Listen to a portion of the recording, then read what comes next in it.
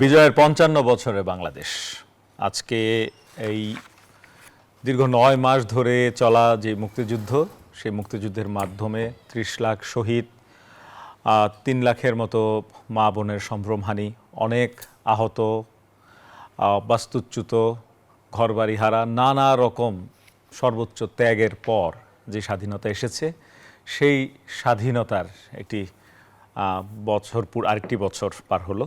এই বিজয়ের স্বাদ আমরা কতটুকু পেলাম এই ৫৪ বছরে, সেটি এখন নানাভাবে বিশ্লেষণ করা হচ্ছে। আরআইসিএল স্টিল জনতন্ত্র গণতন্ত্রে আপনাদের সঙ্গে আছি শেখ জায়েদ। আজকে আমরা কথা বলতে চাই বাংলাদেশের বিজয় নিয়ে। গত ৫৪ বছরে বাংলাদেশ যারা শাসন করেছে, বিভিন্ন সময় বিভিন্ন রাজনৈতিক দল, সামরিক শাসক, তারা বাংলাদেশকে কতদূর এগিয়ে নিয়ে গেছেন, কতটুকু আরও এগোনো যেত, আর আমরা পিছিয়ে কোন জায়গায় আছি, এই বিষয়গুলো নিয়েও কথা বলতে চাই। আমাদের সঙ্গে দুজন অতিথি যুক্ত আছেন স্টুডিওতে, তাদের সঙ্গে আপনাদের পরিচয় করে দিচ্ছি। আমার ডানে আছেন অধ্যাপক ডক্টর সিদ্দিকুর রহমান খান, ডিন কলা অনুষদ, ঢাকা বিশ্ববিদ্যালয়। স্বাগত আপনাকে স্যার। আর সর্বডানে আছেন জনাব সোহরাব হাসান, সম্পাদক চর্চা.com, সিনিয়র সাংবাদিক। স্বাগত আপনাকে। সোহরাব হাসান ভাই, আপনাকে দিয়ে শুরু করতে চাই। আজকের সকাল থেকে আমরা এই বিজয় দিবসে নানা কর্মসূচি রাজনৈতিক দলগুলো অংশগ্রহণ করেছে। বিশেষ করে আমাদের সাভারে জাতীয় স্মৃতিসৌধে ফুল দেয়া, এরপর বিভিন্ন রকম র্যালি হয়েছে, বিভিন্ন রকম বক্তব্য এসেছে। এর মধ্যে মির্জা ফখরুল ইসলাম আলমগীর বলেছেন, স্বাধীনতার শত্রুরা আবার মাথা চারা দিয়ে উঠতে চায়। নাহিদ ইসলাম বলেছেন, মুক্তিযুদ্ধের নামে মুজিববাদের আকাঙ্ক্ষা চাপিয়ে দেয়া হলে প্রতিহত করব। এবং তিনি বলেছেন যে ৫৪ বছর পরেও মুক্তিযুদ্ধের পক্ষে বিপক্ষে রাজনীতি চলছে, বিভাজনের রাজনীতির সুরাহা হবে এমনটি তারা ভেবেছিলেন। মুক্তিযুদ্ধ ও ইসলামকে মুখোমুখি করা যাবে না। মিথ্যা ইতিহাস রচনা করে মূল্যায়ন করা হয়নি প্রকৃত মুক্তিযোদ্ধাদের, এটি বলেছেন জামায়াতের আমির। আর তরুণ প্রজন্ম ভিনদেশীদের দাদাগিরি মেনে নেবে না, নেয়নি, এটি বলেছেন জামায়াতের আরেক নেতা অধ্যাপক মুজিবুর রহমান। এই হচ্ছে বিএনপি, জামায়াত, এনসিপি নেতৃবৃন্দের বক্তব্য। আর প্রধান উপদেষ্টা সন্ধ্যার পর বক্তব্য রেখেছেন সন্ধ্যায়। তিনি বলেছেন যে স্বাধীনতার সূর্য বিগত বছরগুলোতে স্বৈরাচার ও ফ্যাসিবাদে ম্লান হয়েছে। হাদির উপর যে ওসমান হাদির উপর যে হামলা, সেটি বাংলাদেশের অস্তিত্ব, গণতান্ত্রিক পথ চলার উপর আঘাত। রাজনৈতিক নেতৃবৃন্দ, দেশের যিনি দায়িত্বে আছেন তিনি, এবং সবাই নানা রকম বক্তব্য দিয়েছেন। আপনার কাছে কি মনে হয়, এই যে এগুলো তো রাজনীতি, আগেও যারা রাজনীতি করেছেন তারা দেশ চালিয়েছেন, আমরা কি সামনের দিকে এগিয়েছি? আপনাকে ধন্যবাদ সিদ্দিকুর রহমান খান অধ্যাপক, তাকে শুভেচ্ছা। প্রথমে যাদের জন্য আমরা বিজয় পেলাম, ৩০ লাখ শহীদ, সর্বোচ্চ ত্যাগ যারা করেছেন সেই মা বোনদের প্রতি শ্রদ্ধা জানাই। স্বাধীনতা তো হচ্ছে অন্যের অধীনতা থেকে মুক্ত। তাই বাংলাদেশে একটা তো হয়েছে, ১৬ই ডিসেম্বর আমরা পাকিস্তানিদের শাসন থেকে মুক্ত হয়েছি, অর্থাৎ একটি স্বাধীন ভূখণ্ড পেয়েছি। এখন ৫৪ বছরে আমরা কতটা এগিয়েছি, যারা আমাদের সরকারে ছিলেন, যারা রাষ্ট্র পরিচালনা করেছেন, তারা কতটা কি করেছেন, সেই হিসাব নিকেশ করা। কিন্তু একটা কথা মনে রাখতে হবে, বাংলাদেশ সবার বাংলাদেশ, ধর্ম, বর্ণ, জাতি নির্বিশেষে, দল মত নির্বিশেষে। এখন রাজনৈতিক দলগুলোর এক ধরনের যে মধ্যে প্রতিযোগিতা, যে আমরাই দেশপ্রেমিক, অন্যরা দেশপ্রেমিক নয়, এই ধরনের একটা সবসময়ই থাকে। আমরাই সঠিক পথে আছি, অন্যরা বেঠিক পথে। আর ইতিহাস তো বদলানো যাবে না, আমরা যেভাবেই ব্যাখ্যা করি না কেন, ইতিহাসে যা ঘটেছে সেটাকে উল্টানো যাবে না, আরেকটি ইতিহাস তৈরি করে সেটা করা যায়। এখন প্রধান উপদেষ্টা যেটা বলেছেন, ফ্যাসিস্ট শক্তির, স্বৈরাচার ও ফ্যাসিস্ট শক্তির এই ভয় কেন, এবং সন্ত্রাসী শক্তি। এখন সরকারের দায়িত্ব তো প্রতিটি নাগরিকের নিরাপত্তা দেওয়া, তার যাতে কোনো রকম হুমকি না হয়। এখন সরকার তো ওসমান হাদির উপর হামলার পরে এসব কথা বলছেন, তার আগে যদি সজাগ থাকতো, আগে যদি চিহ্নিত করা যেত তার উপর কারা হামলা করতে পারে, এবং এটা তো পরিকল্পিত বোঝা যায়। তাদের সাথে হাদি একজন প্রার্থী ছিলেন, প্রার্থী আছেন এখনও, তার সাথে ঘনিষ্ঠতা করে ঘনিষ্ঠ সম্পর্ক করে তারপর তার নির্বাচনী প্রচারে যাদের সন্দেহভাজন হিসাবে চিহ্নিত করা হয়েছে প্রচারে যোগ দিয়েছেন। তাহলে তারা কিভাবে আসলো? আবার একজন যে প্রধান সন্দেহভাজন তিনি অস্ত্রসহ ধরা পড়েছিলেন, আবার জামিনে কিভাবে বের হলো? আবার জামিনে কিভাবে বের হলো? অনেকে বের হচ্ছেন এখন, আবার অনেকে বের হতে পারে না। আপনি ধরেন যে সাংবাদিকদের বিরুদ্ধে মামলা হয়েছিল, যে সাংবাদিকরা জেলে আছেন, সেই 2024-এর আগস্ট সেপ্টেম্বর থেকে, তারা কিন্তু কেউ বের হতে পারেনি। পরবর্তীকালে একজন সাংবাদিক, সে ৭১ মঞ্চের অনুষ্ঠানের গ্রেপ্তার হয়েছিলেন, তিনি বের হয়েছেন। বিশ্ববিদ্যালয়ের শিক্ষক শেখ হাফিজুর রহমান কার্জনও বের হয়েছে, তাই তো? কিন্তু অন্যেরা বের হননি। বরং একজন সাংবাদিক, কিন্তু আমরা গতকাল দেখলাম যে তিনি প্রথমে ডিবি অফিসে নিয়ে গেল, তখন পরবর্তীকালে সন্ত্রাস বিরোধী আইনে মামলা দেওয়া হলো। আমরা তো এই মামলার দেশ চাই না, আমরা রক্তচক্ষুর দেশ চাই না, আমরা গত 16 বছর যে শাসন ছিল সেরকম শাসন চাই না।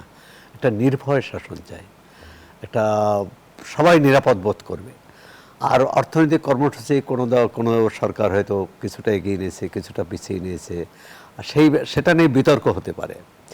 কিন্তু এরকম যদি ধারণা থাকে যে মানে সামনে নির্বাচন নিয়ে নতুন করে, যে জুলাই অভ্যুত্থানে যারা অংশ নিয়েছে সেই দলগুলোই তো এখন মাঠে আছে, কিন্তু মাঠে থাকা দলগুলোর মধ্যে কিন্তু সেই সংহতি সম্প্রীতি সেটা নেই। এখন বরং বেশ উত্তপ্ত বাক্য বিনিময়, একে অপরকে ঘায়েল করার চেষ্টা, সুযোগ পেলে মারামারিও করছেন, হানাহানি মারামারি। এবং এটাও আরো যদি আশঙ্কা আছে, সরকার বলছে যে তাদেরকে নিরাপত্তা দিবে, বন্দুক অস্ত্র আগ্নেয়াস্ত্র দেওয়া হবে। আগ্নেয়াস্ত্র দিয়ে তো নির্বাচনী প্রচার চালানো যায় না। হ্যাঁ, কিন্তু যাদের ঝুঁকি আছে তাদের অবশ্যই নিরাপত্তা ব্যবস্থা করতে হবে, অস্ত্রও দিতে হবে। আর সবটা মিলে এই রাজনৈতিক দলগুলো বলছে যে এর মধ্যে যে একেবারে বিপরীত কথা তাও নয়, আবার একমত নয়। এই ভিন্ন মতের মধ্য দিয়ে আমরা একটা লক্ষ্যে পৌঁছতে পারি কি, হচ্ছে গণতন্ত্র। গণতন্ত্র সবার জন্য হতে হবে, সবাই সেখানে সবার জায়গা থাকতে হবে, সবাই তার বাছাই করার সুযোগ থাকতে হবে নির্বাচনে। আর অর্থনৈতিক যে বৈষম্য, 54 বছরে আমরা অনেক এগিয়েছি, কিন্তু বৈষম্যটা কিন্তু কমেনি। এমনকি জুলাই অভ্যুত্থানের পরেও মানুষের মধ্যে, এই অভ্যুত্থানটাই হয়েছিল বৈষম্যের বিরুদ্ধে। আমরা বৈষম্যটা একটা বাংলাদেশের জ্বলন্ত সমস্যা, বেকারত্ব সমস্যা, এখনো বৈষম্যটা আছে, নিত্যপণ্যের দাম, বাজার অস্থিতিশীল থাকা, এটা সমস্যা। এই মোটা দাগে বড় সমস্যাগুলো মানে জনজীবনের সমস্যা। রাজনীতির সমস্যা আর জনজীবনের সমস্যার মধ্যে পার্থক্য আছে। রাজনীতির সমস্যা হচ্ছে যে কে ক্ষমতায় যাবে, কে থাকবে, আর জনজীবনের সমস্যা হচ্ছে তার মৌলিক চাহিদাগুলো। সেই সমস্যাগুলো আগের মতোই আছে, মানে অনেকাংশে। আবার আসবো আপনার কাছে। এই একই প্রশ্ন আপনার কাছে, অধ্যাপক ডক্টর সিদ্দিকুর রহমান, আমরা এখন আছি কোথায় 54 বছর পরে? আপনাকে ধন্যবাদ এবং বিজয়ের শুভেচ্ছা, সৌরভ ভাইকেও শুভেচ্ছা এবং দর্শক যারা দেখছেন তাদেরকেও শুভেচ্ছা। এবং উনি যেভাবে শুরু করেছিলেন আমিও সেটি শুরু করতে চাই, যে আমরা আজকে 54 বছর অতিক্রম হয়েছে, আমরা বিজয় দিবস উদযাপন করেছি। আমাদের সকালবেলা জাতীয় স্মৃতিসৌধে প্রধান উপদেষ্টা এবং রাষ্ট্রপতির কর্মসূচির মধ্য দিয়ে জাতীয় কর্মসূচি উদযাপিত হয়েছে। এবং আপনি পরবর্তীতে বলেছেন বিভিন্ন রাজনৈতিক দল, সামাজিক সাংস্কৃতিক সংগঠন সকলেই সারা দেশে ভিন্ন ভিন্ন জায়গায় আজকে এই জাতীয় আমাদের যে গুরুত্বপূর্ণ দিবস বিজয় দিবস সেটা উদযাপন করেছে। যাদের আত্মত্যাগের বিনিময়ে আজকের এই উদযাপন এবং এই বিজয়ের মধ্য দিয়ে 54 বছর অতিক্রম করে 55 বছরে বাংলাদেশের পা রাখা, আমিও শুরুতেই সেই মহান মুক্তিযুদ্ধে যারা অগ্রসেনানী ছিলেন, মুক্তিযোদ্ধা ছিলেন, মহানায়ক যারা মুক্তিযুদ্ধের ছিলেন, তারা সহ শহীদদের শ্রদ্ধার সাথে স্মরণ করছি। এবং এই মহান মুক্তিযুদ্ধের যারা আমাদের বীরাঙ্গনা যারা আছেন, আমাদের নারীরা আছেন, তাদের প্রতিও সম্মান প্রদর্শন করছি। আমাদের মুক্তিযুদ্ধের মূল লক্ষ্যটা কি ছিল? একটা হলো, প্রধান লক্ষ্য হচ্ছে একটা স্বাধীন সার্বভৌম বাংলাদেশ আমাদের প্রাপ্তির প্রত্যাশা, একটা মানচিত্র প্রাপ্তির প্রত্যাশা। 1971 সালের মার্চ মাসের যে অপারেশন সার্চ লাইটের মধ্য দিয়ে যে মুক্তিযুদ্ধ শুরু হয়েছিল, সেই মুক্তিযুদ্ধের আজকের দিনের এই বিজয়ের মধ্য দিয়ে এবং পাক হানাদারদের আত্মসমর্পণের মধ্য দিয়ে আমরা বিশ্ব মানচিত্রে স্বাধীন সার্বভৌম রাষ্ট্র হিসাবে বাংলাদেশ আত্মপ্রকাশ করেছে। এবং আমি মনে করি এটি বাংলাদেশের জন্য একটা বড় প্রাপ্তি এবং মুক্তিযুদ্ধের একটা বড় আকাঙ্ক্ষার এখানে অর্জন আমাদের এই মুক্তিযুদ্ধের আত্মসমর্পণের মধ্য দিয়ে অর্জিত হয়েছে। আমাদের এই মুক্তিযুদ্ধের একটা অন্যতম লক্ষ্য ছিল একটা গণতান্ত্রিক সমাজ ব্যবস্থা। পাকিস্তান, আপনি দীর্ঘ 24 বছরের যে তাদের নব্য উপনিবেশিক শাসন, সেই শাসন আমলে আমাদের এইখানে গণতন্ত্রের একটা সংকটের মধ্য দিয়ে আমাদেরকে যেতে হয়েছে। আমরা এখানে একটা গণতান্ত্রিক ব্যবস্থার প্রাতিষ্ঠানিকীকরণ এখানে হয়নি। ফলে উন্নয়ন হলেও এই অঞ্চলের মানুষ যে গণতান্ত্রিক অধিকার, সেই অধিকার বঞ্চনার যে তাদের ইতিহাস, সেটা থেকে তারা মুক্তির সংগ্রামে অবতীর্ণ হয়েছিল। এবং এই মুক্তিযুদ্ধের অন্যতম লক্ষ্য ছিল যে একটা গণতান্ত্রিক রাষ্ট্র এবং সমাজ ব্যবস্থা বিনির্মাণ। আমরা যদি 54 বছরের অতিক্রম করে আজকে আমরা যদি তাকাই, তাহলে দেখব যে মুক্তিযুদ্ধের এই যে একটা পরম আকাঙ্ক্ষা আমাদের যে গণতান্ত্রিক ব্যবস্থা, সেটা কিন্তু পূরণ হয় নাই, অর্জিত হয় নাই, খুবই দুর্বল একটা অবস্থা। আমাদের মুক্তিযুদ্ধের পরপরই যে দলটির নেতৃত্বে মুক্তিযুদ্ধ হয়েছিল, তারাই কিন্তু গণতান্ত্রিক যে আমাদের যে আকাঙ্ক্ষা, সেটাকে গলা টিপে হত্যা করেছিলেন। সংবিধান সংশোধনের মাধ্যমে একদলীয় ব্যবস্থাপনা, সংসদীয় সরকার ব্যবস্থার পরিবর্তে রাষ্ট্রপতি শাসন ব্যবস্থা, এই গণতন্ত্র পুনরুদ্ধারের জন্য এই দেশের মানুষকে কিন্তু আবার রক্ত দিতে হয়েছে, আবার একটা দীর্ঘ লড়াই সংগ্রামের মধ্য দিয়ে যেতে হয়েছে। আমাদের একটা প্রেসিডেন্সিয়াল ফর্ম অফ গভর্নমেন্ট থেকে একটা সংসদীয় সরকারে যাওয়ার জন্য কিন্তু মোটামুটি একটা অভ্যুত্থানের মধ্য দিয়ে এই দেশের মানুষ 90-এর গণ অভ্যুত্থানের মধ্য দিয়ে যেতে হয়েছে। আবার গণতন্ত্র হুচট খেয়েছে এবং সেটাকে পুনরুদ্ধার করার জন্য এই দেশের মানুষকে 24-এর ছাত্র জনতার গণ অভ্যুত্থানে অনেক মানুষকেই জীবন দিতে হয়েছে। ফলে আমাদের যে গণতন্ত্রের যে আকাঙ্ক্ষাটা, স্বাধীন রাষ্ট্র পেয়েছি আমরা বটে, কিন্তু মানুষের যে একটা গণতান্ত্রিক রাষ্ট্র এবং সমাজ প্রতিষ্ঠার যে আকাঙ্ক্ষাটা, সেইটা কিন্তু আমরা এই 54 বছরে নিশ্চিত করতে পারিনি। এবং এই নিশ্চিত করার জন্য মানুষকে বারবার শুধু রাজপথে নামতে হয় নাই, মানুষকে কিন্তু একটা রক্তাক্ত অভ্যুত্থান জীবন দিয়ে সেটার জন্য তাদের লড়াই করতে হয়েছে এবং এটাও চলমান। এবং একটা আপনি দেখেন যে একটা ফেসিবাদী শাসন ব্যবস্থার পতনের পর অন্তর্বর্তী সময়ে আমরা অতিক্রম করছি, কিন্তু গণতন্ত্রে উত্তরণের জন্য যে আমাদের নির্বাচনী প্রক্রিয়ায় আমাদের, সেটাও কিন্তু প্রতিনিয়ত আমাদের বাধার মধ্যে দিয়ে আমাদের যেতে হচ্ছে। একটু আগে উনি বলেছিলেন যে এই 54 সালের আমাদের 1971 সালের মহান মুক্তিযুদ্ধের আরেকটা লক্ষ্য ছিল একটা বৈষম্যহীন অর্থনৈতিক ব্যবস্থা এবং শোষণমুক্ত এবং সামাজিক সুশাসন। এটাও আমাদের কিন্তু মুক্তিযুদ্ধের অন্যতম লক্ষ্য ছিল। 54 বছর পর যদি আমরা আজকে পিছন দিকে ফিরে তাকাই, তাহলে আমাদের বাংলাদেশ অর্থনৈতিকভাবে উন্নত হয়েছে, এতে কোনো সন্দেহ নেই।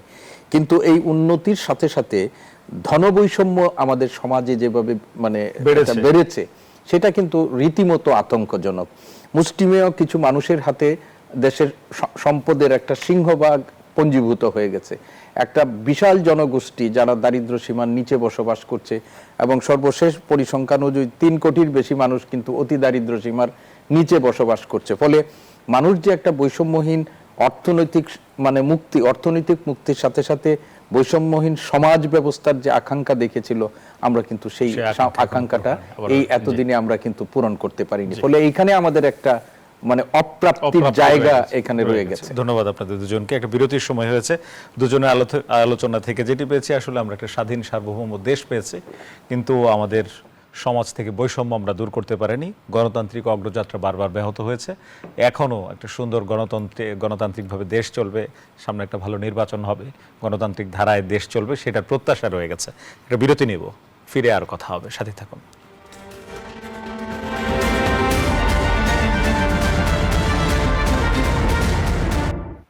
বিরতির পর আবারও স্বাগত। দেখছেন RICL স্টিল জনতন্ত্র গণতন্ত্র। সঙ্গে আছে শেখ জায়েদ, অতিথি আছেন দুজন। সঙ্গে নির্বাচন প্রসঙ্গে কথা বলতে চাই। জনাব সোহরাব হাসান, নির্বাচন ঘনিয়ে আসছে। আজকেও প্রধান উপদেষ্টা তার বক্তব্যে বলেছেন যে কোনো ধরনের সন্ত্রাসী হামলা দিয়ে বা কোনো কিছু করে নির্বাচনকে বাধাগ্রস্ত করা যাবে না এবং গণতান্ত্রিক অগ্রযাত্রাকে রোখা যাবে না। পরিবেশ কি বলে আপনার? প্রথম কথা হচ্ছে, প্রথমটা ঠিক আছে, নির্বাচনকে বানচাল করা যাবে না। কারণ বাংলাদেশে যত নির্বাচন হয়েছে, যে সরকারি স্বৈরতান্ত্রিক, ফ্যাসিবাদী, গণতান্ত্রিক যে সরকারি নির্বাচন করেছে, নির্বাচন করে ফেলছে। করে হয়েছে। সেইটা কোনো দল যোগ দিক আর না দিক, আর কিন্তু নির্বাচনটা কেমন হবে, জনগণ ভোট দিতে পারবে কিনা, আর নির্বাচনের যে আপনি বললেন যে পরিবেশ, মানুষ নিরাপদে ভোট কেন্দ্রে যে নির্বিঘ্নে ফিরে আসতে পারবে কিনা ঘরে, এটি। আজকেও একজন প্রার্থী যিনি বিএনপির নমিনেশন পেয়েছিলেন, তিনি নারায়ণগঞ্জ 5, তিনি প্রার্থিতা মানে নির্বাচন করবেন না বলে ঘোষণা দিয়েছেন। এটা হয়তো এবং নিরাপত্তার অজুহাত দিয়ে উনি বলেছেন যে নিরাপত্তার জনিত কারণে তিনি করবেন না, উনি নিরাপদ বোধ করছেন না। জানি না, কিন্তু এটা এর আগেই দেখলাম যে একজন তার এলাকায় যে বিএনপির মধ্যেই বিরোধ, এবং তার পক্ষের আছে আবার বিপক্ষেও আছে, সে কারণে হতে পারে। অথবা তিনি মনে করছেন যে জিততে পারবেন কি পারবেন না, এটাও হতে পারে। আর সবটা মিলে এটা আমি বলছি দলীয় সমস্যা, কিন্তু রাষ্ট্রীয় সমস্যা বা সরকারের যেটা সমস্যা হচ্ছে যে হাদির উপর যে হামলা হয়েছে ন্যাক্কারজনক, এর পুনরাবৃত্তি ঘটে কিনা সেটাই হচ্ছে দেখার বিষয়। আর সরকার যেসব পদক্ষেপ নিয়েছে সেটা যথেষ্ট কিনা। নির্বাচনের প্রতিযোগী দলগুলো, প্রধান উপদেষ্টা ভোটারদের আহ্বান জানিয়েছে ভোটাধিকার প্রয়োগ করার জন্য।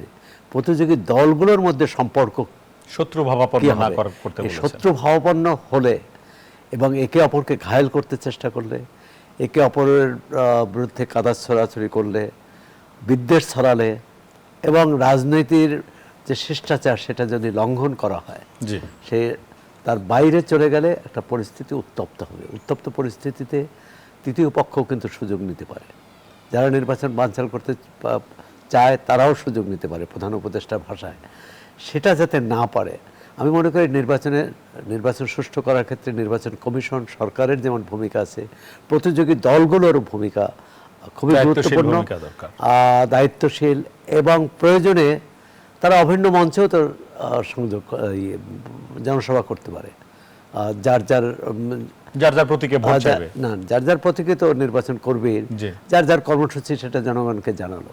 আর এত আধুনিক তথ্য প্রযুক্তির যুগে এত জনসভা করতে হবে, জনসভা মিছিল আর সমাবেশকে কেন্দ্র করেই কিন্তু সংঘর্ষ হয় বেশি। সেটা যাতে এড়ানো যায়, কম করা যায়, একেবারে তো বাদ দেওয়া যাবে না। নির্বাচন কমিশনও অনেকগুলো বিধিনিষেধ জারি করেছে। নির্বাচন কমিশনের এই আচরণবিধি মেনে চলা, নির্বাচনের কালো টাকা ও পেশি শক্তির ব্যবহার বন্ধ করা, এবং রাজনৈতিক দলগুলোর মধ্যে একটা সম্প্রীতির সম্পর্ক, একটা সৌহার্দ্যমূলক সম্পর্ক থাকলে নির্বাচন সুষ্ঠু হওয়া সম্ভব। কিন্তু আমি আসতে চাই সিদ্দিক স্যার আপনার কাছে, সেটা হচ্ছে তফসিল ঘোষণার আগে যেটি বলা হচ্ছিল যে তফসিল ঘোষণা হলে পরিস্থিতি পাল্টে যাবে, আপনি কি দেখছেন এরকম কিছু তৎপরতা? আইন শৃঙ্খলা বাহিনী বা নির্বাচন কমিশন যা যা বলেছে সেই অনুযায়ী মানছে কেউ? আবারও আপনাকে ধন্যবাদ। আসলে একটা নির্বাচন সুষ্ঠু গ্রহণযোগ্য এটা নির্ভর করে, মানে হওয়াটা নির্ভর করে সরকার, ইলেকশন কমিশন, আইন শৃঙ্খলা বাহিনী, প্রতিদ্বন্দ্বী রাজনৈতিক দল এবং জনগণের অংশগ্রহণের উপর। এইগুলো হলো ইলেকশনের। এইবারের নির্বাচনটা নানা কারণে তো খুবই গুরুত্বপূর্ণ এবং এটা চ্যালেঞ্জও। আবার একদিকে কিছু সুবিধা আছে। সেই সুবিধাটা হচ্ছে, প্রথম সুবিধাটা হলো যে আমরা ধরে নিতে চাই এইবার যে সরকার ক্ষমতায় আছে এখন দেশ পরিচালনায়, তাদের কোনো রাজনৈতিক এজেন্ডা নাই।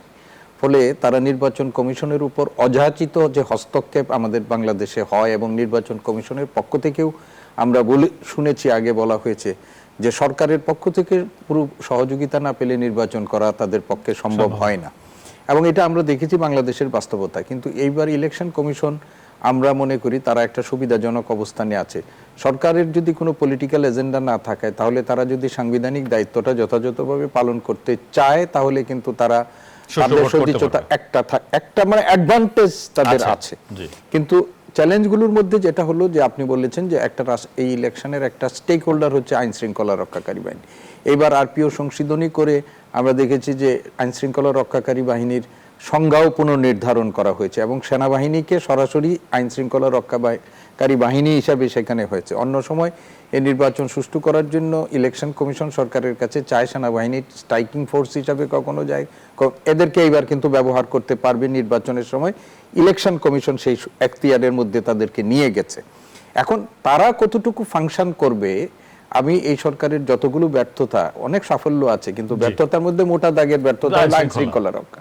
এইখানে তারা দৃশ্যমান আমাদেরকে আশ্বস্ত হওয়ার মতো কিছু করতে পারে নাই এখন পর্যন্ত। এটা যে হয় নাই, এটার একটা নজির হলো হাদির আগেও কিন্তু আরেকজন প্রার্থী সম্ভাব্য প্রার্থী চিটং এরশাদুল্লাহ নিহত হয়েছিল। না নিহত হয় নাই, কিন্তু এই বছরই আহত ঘটনায় একজন নিহত হয়েছিল এই ঘটনায়। তো এটা একটা ব্যাপার আছে। আর রাজনৈতিক দলগুলোর মধ্যে উনি যে আশাবাদটা করেছেন, আমি এই ব্যাপারে খুব বেশি আশাবাদী না, কিন্তু বাংলাদেশের যে রাজনৈতিক সংস্কৃতি আমরা দেখছি, সেখানে পেশি শক্তির প্রয়োগেই তাদের সাফল্যের নিয়ামক শক্তি হিসেবে বিবেচনা করে। এই বছরও অন্ততপক্ষে রাজনৈতিক দলগুলোর ইতিমধ্যেই কথাবার্তার মধ্যে এটা কিন্তু প্রমাণ। আজকে জামাতের যিনি আমির আছেন, তিনি বক্তব্যের মধ্যে বলেছেন যে আল্লাহ ছাড়া আমি অন্যদের তো পাত্তাই দিই না, এভাবেও কিন্তু তিনি বলেছেন। তো এইগুলো এক ধরনের মানুষের মধ্যে আশঙ্কা তৈরি করে, এবং আরো রাজনৈতিক দল যেগুলো আছে সেইখান থেকেও কিন্তু এই ধরনের বক্তব্য আসছে। তো এইটা একটা বিষয়। তো এইরকম একটা অবস্থার মধ্যে ভোটারদেরকে ভোট কেন্দ্রে আনার ব্যাপারে কতটুকু রাজনৈতিক দলগুলো সক্ষমতা থাকবে, সেটা কিন্তু খুব গড়।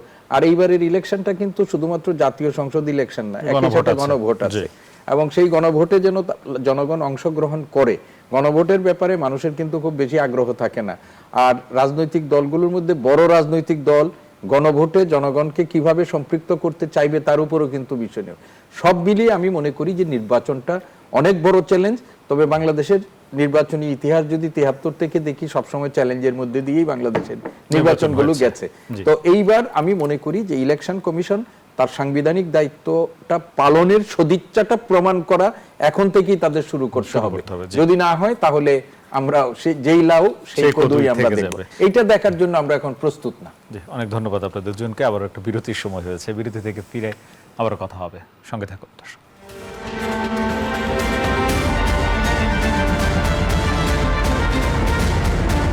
বিরতির পর আবার স্বাগত। দেখছেন আরআইসিএল স্টিল জনতন্ত্র গণতন্ত্র। কথা হচ্ছিল নির্বাচন প্রসঙ্গে। জনাব সোহরাব হাসান, আপনার কাছে আসতে চাই, সময় পাবো সংক্ষিপ্ত। গণভোটের বিষয়টি যেটি রয়েছে, জুলাই জাতীয় সনদ এবং এই যে সংস্কার প্রসঙ্গে, সেটি তো এখনো সাধারণ মানুষ ভালোভাবে বুঝে ওঠেননি যে গণভোট কিভাবে দিবেন, কি বিষয়ে দিবেন। আপনার কি মনে হয় যে গণভোটে কি সারা পড়বে? সারা পড়বে কি পড়বে না, এটা নির্ভর করবে রাজনৈতিক দলগুলোর উপর, প্রতিযোগী রাজনৈতিক দলগুলোর উপর, বিশেষ করে বিএনপি মতো বড় দল। যে জামাত ইসলামী বলছে যে তারা হায়ের পক্ষে ভোটারদের টানার চেষ্টা করবে, যে ভোটাররা যাতে গণভোটে অংশ নেয় এবং হার দেয়। বিএনপির অবস্থানটা কিন্তু একটু কি বলে, একটু দূরবর্তী। তারা বলছে আমরা হায়ের পক্ষেও বলবো না বা নায়ের পক্ষেও বলবো না, আমাদের মূল কর্তব্য হচ্ছে কি বলে ভোটারদের কেন্দ্রে আনা এবং জাতীয় সংসদ নির্বাচন করা, নির্বাচনে যাতে বেশি সংখ্যক উপস্থিতি থাকে। আর তারপরও এটার নৈতিক প্রশ্ন, যেমন যদি গণভোটে 50% কম পড়ে, এটা নৈতিকভাবে প্রশ্নবিদ্ধ হবে, আইনগতভাবে নয়। আর এত মানুষ জীবন দিল, গণ অভ্যুত্থান হলো, এত জোর 8 মাস 9 মাস ধরে আলোচনার পর জুলাই সনদ হলো, সাংবিধানিক আদেশ হলো, তার পক্ষে যদি উপস্থিতি কম হয় সেটা কিন্তু খুব ভালো দৃষ্টান্ত হবে না। তেমন আশা করি সব দলের অন্তত এটা থাকবে যে পরিবর্তনের পক্ষে কিনা। হ্যাঁ, জুলাই সনদ মানে হচ্ছে পরিবর্তনের, মানে রাজনৈতিক দলগুলোর প্রচার প্রচারণা। এবং এখানে আমি মনে করি যে প্রশ্নের মধ্যে এই যে সব দলকে খুশি করতে যে একটা কি বলে হজবরল করে ফেলছে। ধন্যবাদ আপনাকে। সিদ্দিক স্যার, আপনি যদি একটু যুক্ত করেন। সেটাই হচ্ছে যে এই গণভোট ব্যাপারে বিএনপির নির্লিপ্ততার একটা অন্যতম কারণ আমি মনে করি, যে যেভাবে এই ঐক্যমত্য কমিশনের তাদের সাথে একটা সমঝোতা স্বাক্ষর হয়েছিল, চুক্তিটা স্বাক্ষর হয়েছিল, জুলাই সনদটা স্বাক্ষর হয়েছিল, পরবর্তীতে যখন গণভোটের জন্য চূড়ান্ত সনদ উপস্থাপন করা হলো এবং সরকার যেটি প্রজ্ঞাপন আকারে দিলেন, সেখানে কতগুলো প্রশ্ন ছিল যেগুলোর ব্যাপারে ঐক্যমত্য নোট অফ ডিসেন্ট আছে, সেইগুলো গণভোটে যাবে না।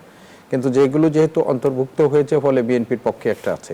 বিএনপি আমার ধারণা যে তারা হয়তো এটাকে বিবেচনা করছে যে এই জুলাই সনদের মধ্য দিয়ে যে মানে বিষয়টার প্রতি হয়েছে সেটাতে আগামী সরকারকে একটা দুর্বল করার একটা মানে প্রক্রিয়া এর মধ্যে রয়ে গেছে। ফলে এখানে বিএনপি কিভাবে অ্যাক্ট করবে, কিভাবে তারা এটা চাইবে, এটার উপর কিন্তু অনেক কিছু নির্ভর করবে।